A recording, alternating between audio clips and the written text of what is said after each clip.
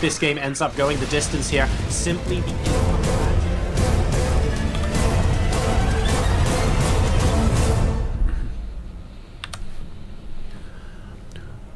Welcome to Coda, and spawning in the 4 o'clock position as the blue Zerg player. He represents Samsung, ladies and gentlemen. Major tournament winner, it's Solar.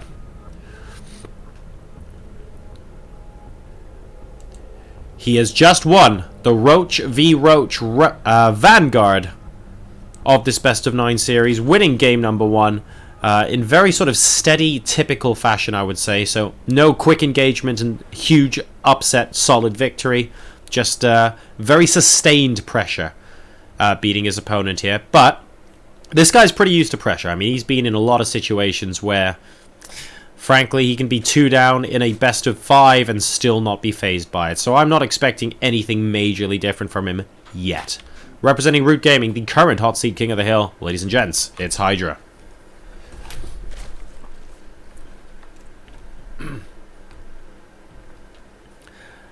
So, once again, I expect a conservative start from both players. Down the ramp, of course, to the natural tends to be the normal location. And a little bit more of an open area compared to what we saw in the previous game.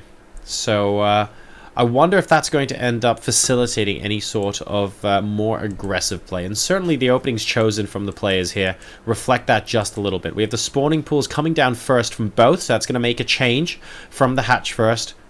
The Overlords, they'll get to see exactly what the opponent's doing. I'd say up to about 40 in-game seconds from now, and they will be able to confirm that the hatch first strategies were not in place here. So all fairly bog standard so far. Of course, pool, hatch, pool. More or less 2 ways to the same goal, because don't forget you've got the additional larva from a hatchery. If you go hatch first, that's great. But you've also got the earlier queen if you get the spawning pool. And the earlier queen, well, doesn't quite get the worm, but certainly in a position where you get the earlier inject and more larva. So, larva. Well, I guess in a way the early queen gets the worm. I never really thought about it that way before, but I suppose that theory applies. Gas already complete now for Solar. So he's going to be looking once again to get an earlier Zergling speed. Note, we have no gas right here for Hydra, who's just focusing purely on that mineral-based macro earlier on in the game. Marginally more workers, 17 versus 16, not a lot at all. The price you pay for a later gas there, things are going to be evening out at some point towards the early mid-game. And neither side... Basically, neither side being particularly risky at the moment. This Overlord sort of checking out towards the ramp and spotting a queen is about as risky as it's going to get. And Solar will be able to move out behind with this Overlord here that's going to be able to loop around and potentially sit over here to sort of monitor a potential third base. I suspect that's what he'll do. The first couple of Lings are now moving out. It looks like 2 Lings from either side are just going to be going scouting. Nothing out of the ordinary once again. We're not looking to do any major damage with these couple of units. Solar might want to reconsider. Once he's got Zergling speed out of the way, if he knows his opponent hasn't got it, that could end up being a thing. We will see. Great denial of the scout. They're using the queen in conjunction with 2 Zerglings to block off the ramp. And Solar denies Hydra vision of his base. What is Hydra going to be doing in response? 1-0 down at the moment. No biggie in a best of 9, to be honest. But if you give your opponent an opportunity to go 3-0 up, well, hey, guess what? That's going to be a massive deal. So let's see what he opts for here. Wow. It looks like the aggression has begun, ladies and gentlemen. We have 20 Zerglings incoming for Solar.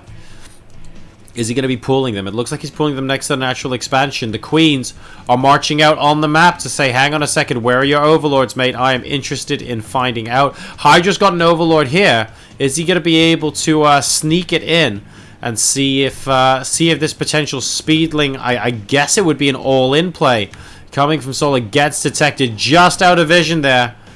But there's an overload out in the middle of the map, and sure as heck, Hydra sees that if he didn't see anything else before. So panic stations going down. Evolution chamber, evolution chamber. We probably need a third one. Oh, and the queens aren't able to get back inside. Look at the number of speedlings coming in here, and it looks like, I mean, Solar is in such a great position right now. 2 queens going down once again, stopping those larvae from becoming available. Trying to break up the round, unable to do so. Hydra speeding out a lot of Zerglings himself. And, a 3rd evolution chamber is going to try and get put down. It actually gets put down, so this stops. Further reinforcements coming in. Solar's going to be targeting it down. I think he'll be able to get it cancelled as well. Oh, it doesn't even get cancelled, and it looks like the remaining lings might be enough. Drones are being pulled to help here. Good hold position as well. They're fighting once again, but the Zerglings are tearing everything apart from Solar. GG, that's it. And Solar takes the lead 2-0 over ROOT Hydra. Wow, a very, very sustained and solid game number 1, followed up by a very, very aggressive game number 2 from Solar. Puts him into an absolutely excellent early lead here on the hot seat.